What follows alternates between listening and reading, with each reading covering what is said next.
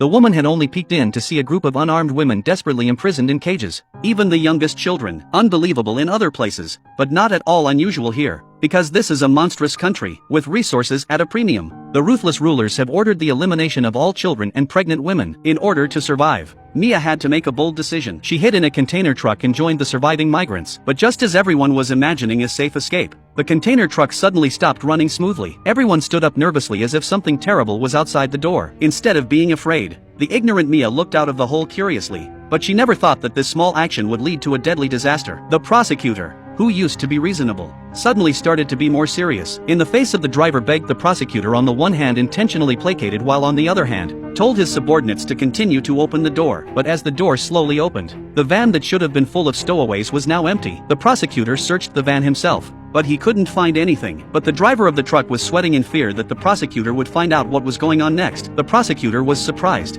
Was he really wrong? In order to confirm his suspicions, he first pretended to come outside the car to get some air and then walked straight to the end of the car and then ordered to fire. With the sound of a gunshot, the location of the bullet hole was far away from the prosecutor. It is obvious that there is a partition in the cargo compartment. Mia had a bad feeling about this, so she took the opportunity to hide on top of the crate. Meanwhile, the triumphant prosecutor was already in front of the partition with his men. I thought he was going to shoot them right there, but the prosecutor's face changed and he approached the partition gently and persuaded the stowaways to surrender, promising to give them all a guarantee of safety. However, the prosecutor waited for a long time, but there was no response, and just as he turned away in disappointment, a girl suddenly opened the door of the partition. The next instant, countless bullets erupted, turning the narrow cargo hold into an inferno. Mia on the cargo compartment could only cover her mouth until the door closed, but she did not dare to relax for fear that her turn would come next. Luckily, the container Mia was in was successfully loaded onto the ship. After confirming her safety, the first thing she did was to call her husband, who had lost contact with her, but there was no answer on the other end of the phone, and the woman had a bad feeling in her heart. Looking at the ship that was about to set sail, Mia, who was always calm, fell into a daze, while the fetus that was still in her womb hinted that Mia was not alone. So she picked up her husband's jacket and sniffed it, and then Mia fell into a deep sleep with her husband by her side. Unbeknownst to her, the woman was in for an even bigger disaster. The moment the woman picked up the box, it meant that she had found a way to survive. She took out a knife and cut the sealing rings on the lid of the box one by one, and then firmly blocked it to the water inlet. Then she moved the wooden box with all her strength and tilted it to the side so that the water inlet could be lifted smoothly. Taking this opportunity, the woman hurriedly opened the wooden box and took out a section of drain pipe from it, and carefully passed it through the hole to the outside of the box. Then Mia picked up the freshness box and slowly poured seawater into the pipe, and thus a simple drainage device was completed, and Mia was free from the risk of being submerged in the sea. It turns out that the woman has been floating in the container at sea for a day and a night. Not only the cell phone communication is cut off, even do not know where she is. In order to survive, Mia poured out the only supplies left in the backpack, but found that only a bread and 2 bottles of mineral water can temporarily meet the need for water and food. A small lighter and a portable flashlight provided light at night. The only thing that seemed to be useless was the drill, not realizing that it would come in handy in the future. With a simple meal, Mia begins to adjust to the closed sea life. As she contemplated her next step, Mia heard a strange noise and looked out to see a storm approaching. Worse still, a sharp pain suddenly came from Mia's abdomen. Apparently she was in labor. I thought it was just a child's mischief, but in this sudden rainstorm, Mia really welcomed the arrival of the baby. Although the baby was healthy, Mia did not show joy, but instead, she became worried that the remaining food would not be able to support her to provide enough milk. For the sake of food, Mia turned her head to the ceiling and made a bold decision to grab a drill and frantically cut a hole in the top of the container. Just as Mia was about to drill through the top of the container, the drill suddenly shut off. Mia's heart dropped in her chest as she was just one step away from opening the skylight. To make matters worse, the bottle of fresh water was already empty, and Mia, who had been dehydrated for a long time, became a little unhinged. She looked blank. She seemed to be swaying, looking at the seawater in the bottom of her feet. Mia suddenly unconsciously poured down half of the bottle, and just as she was about to drink, the moment from the baby's cry suddenly woke up Mia. She slowly poured the seawater on her head to use the coolness of the seawater to dispel the heat of the face, so she seemed to come back to life. Mia then climbed onto the wooden crate and desperately stretched her neck to lick the water from the ceiling, even though the rusty, dirty water would make her vomit the next second. But she survived. Late at night, Mia lay exhausted in the water, tears of regret streaming from the corners of her eyes, as if she would never be able to watch over her newborn baby again. Perhaps it was a blessing in disguise, but as soon as Mia opened her eyes from her dream, she felt drops of water falling on her face. She looked up and saw a torrent of rain pouring down from the ceiling. Mia hurriedly placed the empty boxes on the wooden table. The fresh water would be her motivation to keep going. In order to collect more water, Mia picks up an unassuming empty can. Just as she was about to pull open the bag, the small ring suddenly snapped off. But this small action allowed Mia to find a way to escape. She bit down on the strap and pried open the tin. then slowly pushed the strap into the gap at the top of the can. And that's how she made a simple can opener. But the woman not only did not have half a bit of joy, but both hands tightly clutched the two ends of the rope belt. Then Mia gritted her teeth and borrowed her own less than 35 kilograms of body weight with all her strength to the top of the tin, desperately pulled down as if to open the cans. The original heavy steel plate was slowly bent,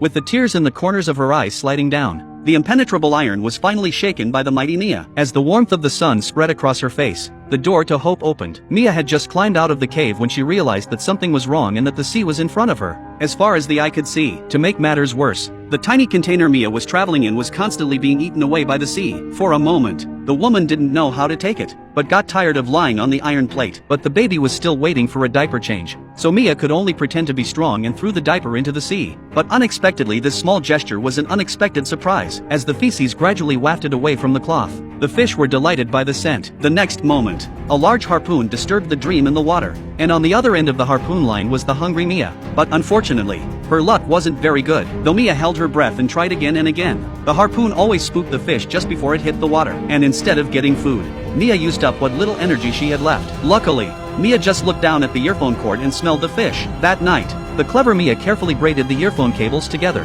which would become a dragnet for the fish. As dawn broke, Mia rushed to the rooftop, where she had not yet recovered from her wounds. She takes a diaper and throws it down, carefully aligning it, and soon the fish follow the scent. This time they were not so lucky. Mia saw the opportunity and immediately closed the net. The fragrant fish meat is close to Mia's mouth, so that the side of the baby drooled with envy. Since then, the originally poor container began to display large and small fish tanks. Mia and the baby's life is also more and more prosperous. But then the container of the water level is getting higher and higher. Although Mia wrote a lot of letters of distress and put them in lunchboxes and threw them into the sea, Mia knew that it was just a way to deceive herself and others. Late at night, the cold sea breeze startled the baby. Coughing more than anxious, Mia hurriedly poured spirits into the thermos and used a lighter to ignite it. As the flames slowly rose, the crying baby gradually calmed down. But Mia, who was full of worries, did not feel sleepy at all. Just as she turned her head, Mia suddenly heard a strange sound, and she hurriedly got up and picked up the baby to look forward. And when she raised the flame to get closer to the place where it happened, she was surprised to find that the water level of the container was already approaching the critical point. In order to avoid sleeping in the sea, Mia hurriedly climbed to the top of the container with the baby. Just as the Grim Reaper was about to pass judgment on mother and child, Mia suddenly received a mysterious phone call at sea from her longed-for husband. Unbeknownst to her, it was their last goodbye, and Mia couldn't believe her ears. This night Mia did not sleep a wink. She slowly pulled her husband's last gift from his pocket,